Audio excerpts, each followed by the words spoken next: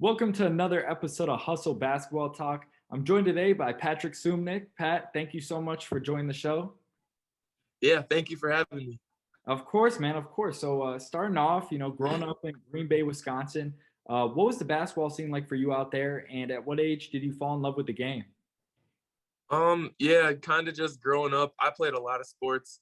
I Yeah. played football, baseball, basketball. I was I was playing soccer. I was even in gymnastics as a kid. So I really was in just about everything.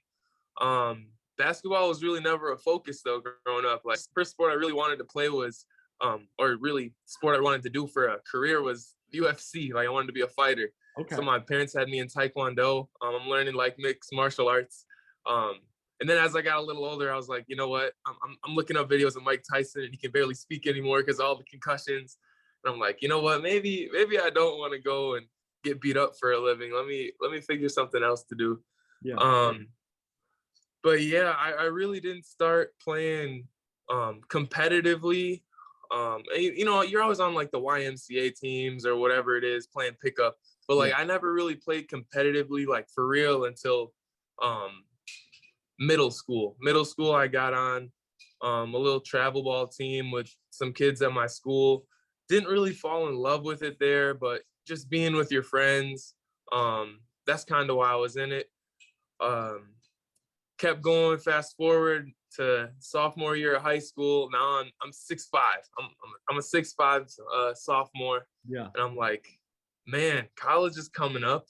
Like, how am I gonna get there? Yeah. So I was like, I'm 6'5". At that time, like I was pretty athletic. So I was like, you know what, I could probably make something happen with this basketball, with this little orange ball. Um, so that's really when I started to lock in. Um, I always grew up playing with the kids at my school, but I ended up starting going to like the parks and just like the YMCA's, and we have something called the Croc Center, which is basically like a YMCA Yep. out by us. And I'm going to the Croc Center every day. Um, like before school, I got friends who are going with me. So we're all getting better early morning before school. After school, we're playing 5-on-5 or getting 1-on-1s in. And it's just like, I fell in love with just playing the sport.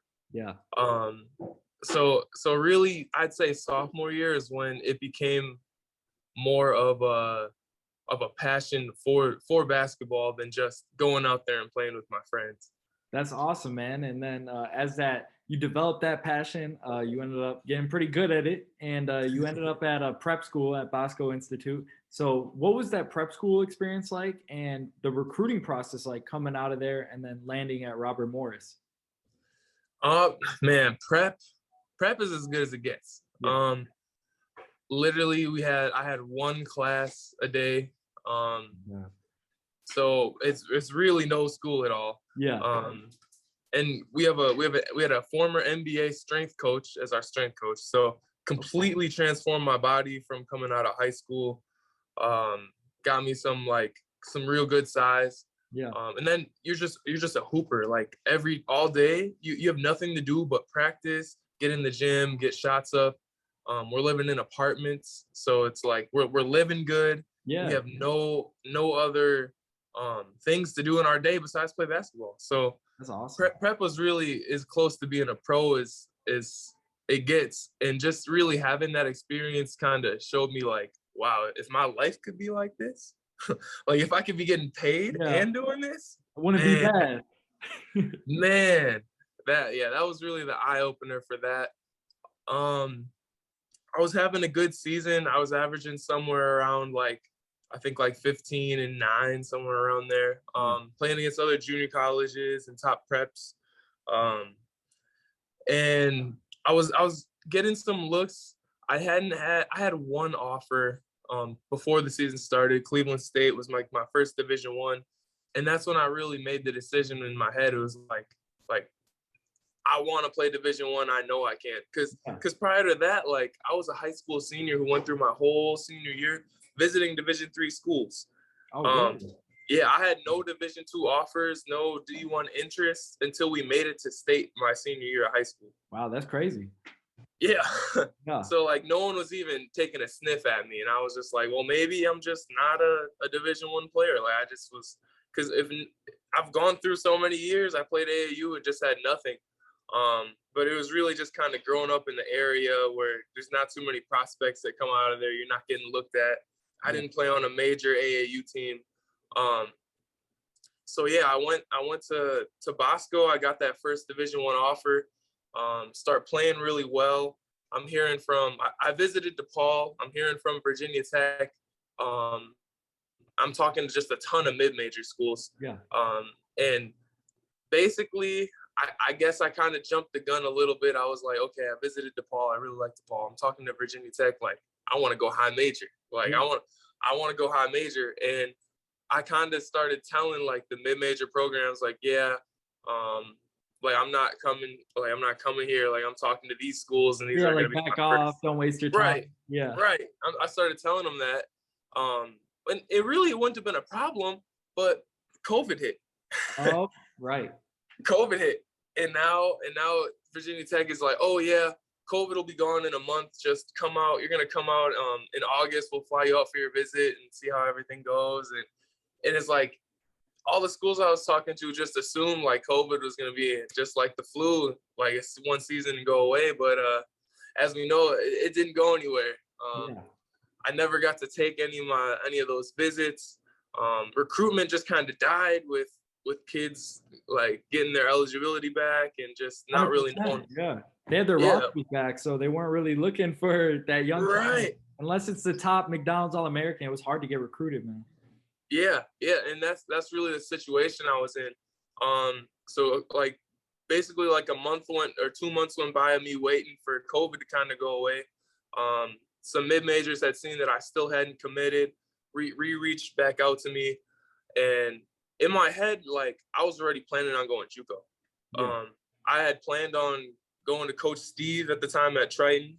I had planned on coming here, but then their whole season had got canceled at the JUCO level. Like they didn't get to play anything, and I was just like, man, like if COVID's not going away, would it be smarter for me to go to a Division I for a year, just see what I can do, or go JUCO? And I don't even know if they're gonna have a season, especially with Chicago and the area that they're in. Like Cook County cancels everything. Like so I was just like, man, like I'm talking to some of my mentors. They're like, just go D1, see what you can do, and just it's better. It's gonna be better on a resume than going JUCO right away, and you can always go back JUCO after. So yeah, I ended up going to Robert Morris, kind of never visiting the school, not knowing anything about it, just thinking, okay, this is a Division I, like I'm gonna come in and just try to do what I can do. But we ended up having 7 guys in my position. Okay. We had 2 seniors, a junior, a sophomore, and 2 freshmen, so maybe 6 guys. But it was like, man, like now I got to fight for minutes. That's hard as a first-year Division I player too, because it's like the seniors are gonna play, especially at mid majors. Like they're gonna play all the time. Yeah, and especially when we have we had like the conference, the leading scorer and the leading rebounder in the conference playing ahead of me. I was like, I think I ended up playing like 8 minutes a game. Really was just a learning year, getting used to like the concepts and actually having a reason, like, okay, well, when you close out, you got to have this foot high. You got to always make sure you're in help side. Just having a year to learn all of like those concepts that you have to have at that next level. That's really what I took away from my year at Robert Morris. That's awesome, man. And then, yeah, like you said, going into it, you were considering Triton to begin with, and then you have that year of Division I basketball under your belt now on your resume. You learned a ton, and then you end up going to Triton eventually, right, to play for Coach John Clancy, who took over, first-year head coach. And what has your experience been like at the JUCO level now? You had a great season, went to the Final Four and all that, but what was your experience like, and what would you say to anyone considering going to play the junior college route? Man, JUCO is a different animal. You're gonna get tested. There's a lot of just preconceived notions about JUCO, like, yeah, it's not the best players, or it's like bad kids, they have bad grades. Like, I was a 4.0 student. Like, I I came from a Division I. Like there's great kids. Like, you can still be a good person 100%, man. and be in a JUCO. And there's a lot of programs like Coach Clancy's where, well, maybe not a lot of programs, but there's a lot of coaches like Coach Clancy who only take good players. Like, all the guys on my team, like, great guys. It's gonna be a little different than a 4-year. You're gonna have some sacrifices. Like, I live in a room that's like a prison cell. we take team buses instead of planes, even when we're driving 14 hours. Yeah. So honestly, like, it was, besides my prep year, this has been my best year post high school. Yeah. Just having all the freedom in the world. Classes are real easy to take care of, with it being a junior college. And then you're playing at a high level. Like, honestly, I think our team will compete and beat a lot of the teams that I played against last year in the Horizon League. Yeah.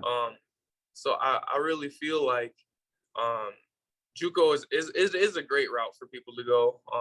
It's been one of my best decisions. It's what got me an opportunity to really live my dream. 100%, man. And you know, as you touched about, you know, you're going to live your dream, right? You're going to play at a high major now.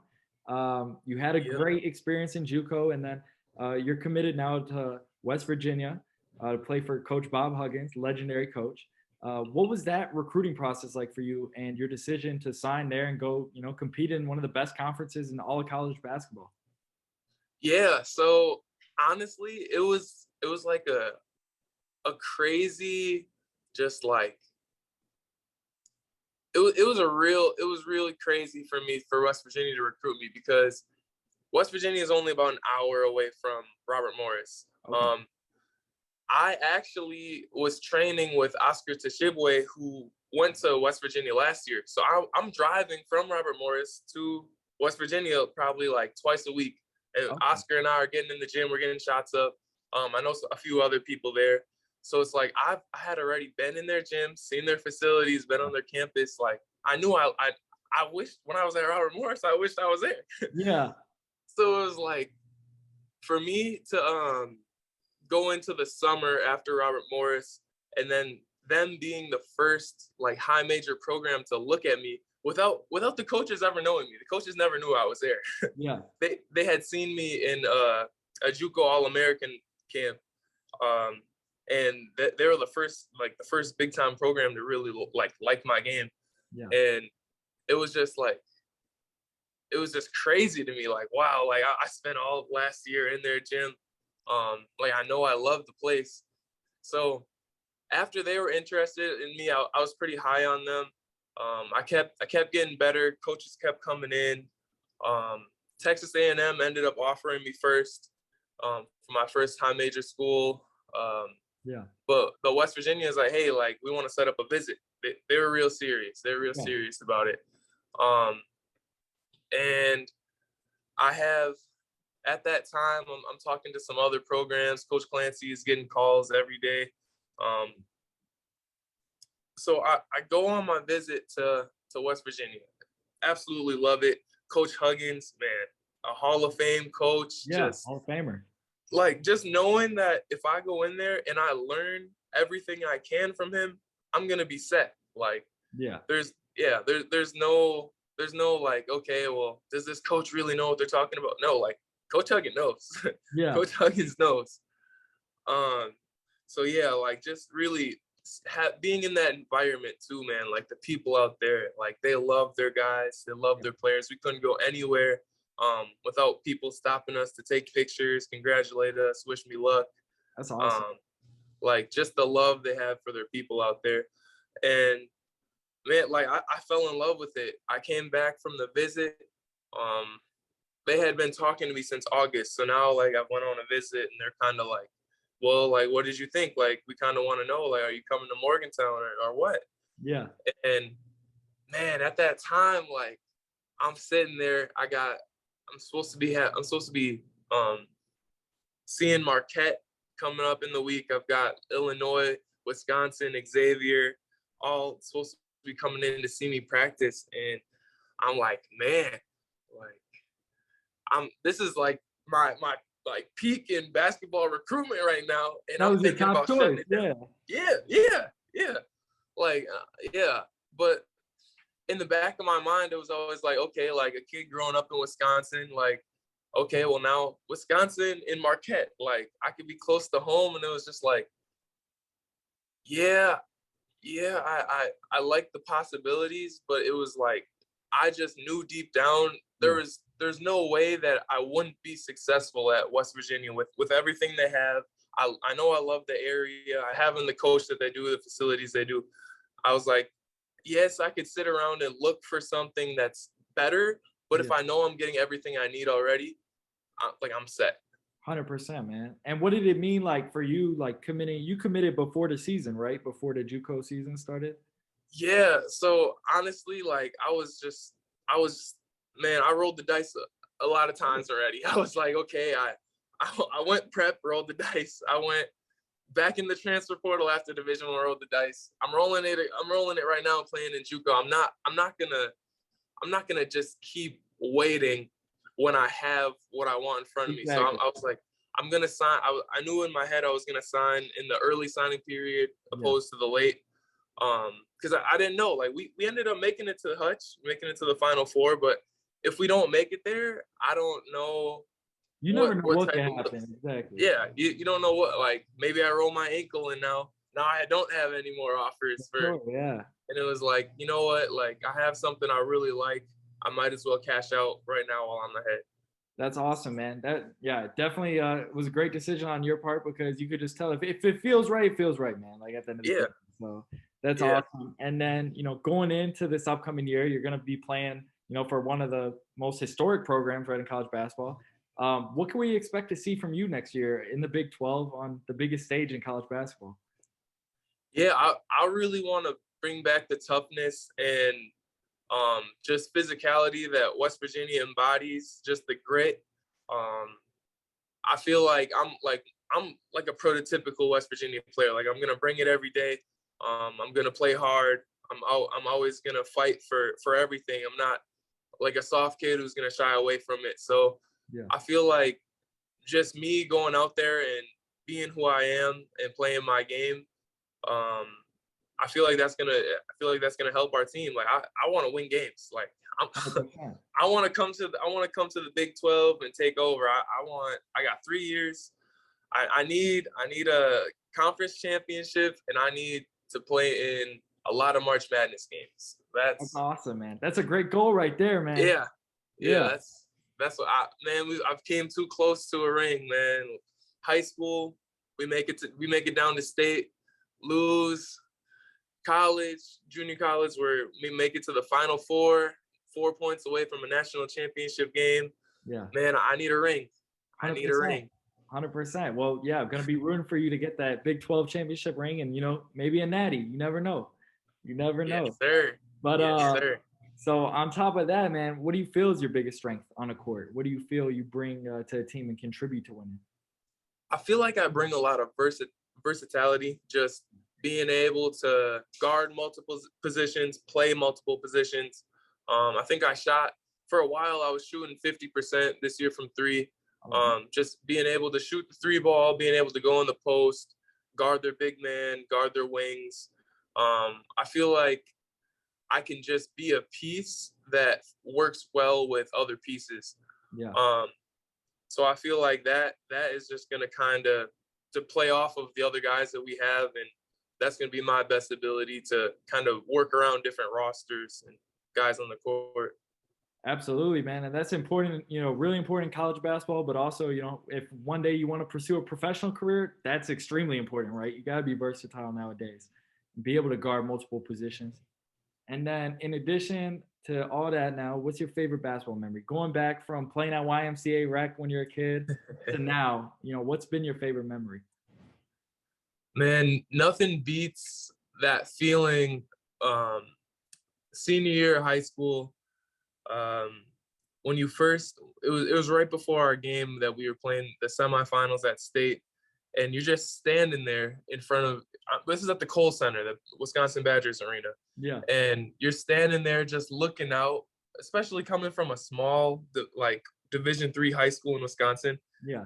Looking out at the thousands of people in this huge arena, and it's all your school's colors. You're standing there with all your guys that you grew up with since you were young, and it's just like, man, just that feeling, that euphoria. Like my right now, my body, like I'm getting goosebumps. I can hear it in your voice, man. Yeah.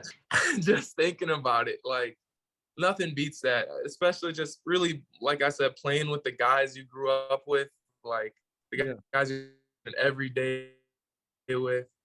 That nothing beats that. Nothing beats that. That's a great memory right there, especially, when you're young and you have that experience. And then, off the court, who are you off the court when you're not, practicing and playing? Who is Pat Suemnick? Yeah, I mean, I'm kind of a nerd, not gonna lie. Yeah. I don't know. I watch a lot of TED Talks, listen to podcasts. Okay. I'm really always just trying to figure out like how to be better, like how I can improve my life. Like today I'm watching videos on just like stuff, like little things I can improve my diet on, or just how my sleep quality can be improved. Like I'm one of those guys who sleeps with their mouth taped so they get better nasal breathing and can get more oxygen into the brain. Like I'm doing all the little things, and I'm reading books. Yeah. I'm trading cryptocurrency. Like I'm just trying to put it all together right now. Be well-rounded and stuff and be successful in all facets, huh? Yeah. It's more than basketball. It's a lifestyle. So it's like I want to be the best in basketball. I want to be the best in life. So it's like I spend a lot of time just doing what I can to be a better me. That's awesome, man. That's a recipe for success right there. And then I like to end the show with, what's your why? What's your motivation, right? To be the best person you could be on and off the court. Yeah. Honestly, it's really just been like Kobe Bryant, Mamba mentality. Yeah. Like since at a young age, like that was my idol. Just really getting into his Mamba mentality. I read all of his trainer, Tim Grover's books, just really learning like what that looks like. For me, like I feel like I adopted that into my life. Yeah. And that's really my why. Like that becomes my why. Like be a better student, be a better brother, be a better friend, be a better basketball player. Like just being the best I can be. Like I want to do that on off the court. Like that's just really who I am. Because I know that's what's going to be best for me. That's going to be best for the people around me, my kids and my grandkids. So really just like that's my why, just to be the best I can be. That's awesome, man. That's a great, reason right there. And that's great purpose, behind what you do every day. So, Pat, I really appreciate you being on the show, man. Thanks for your time, and look forward to following your journey next year. And then, for years to come, I know you're going to be extremely successful on and off the court. Yes, sir. I appreciate you having me.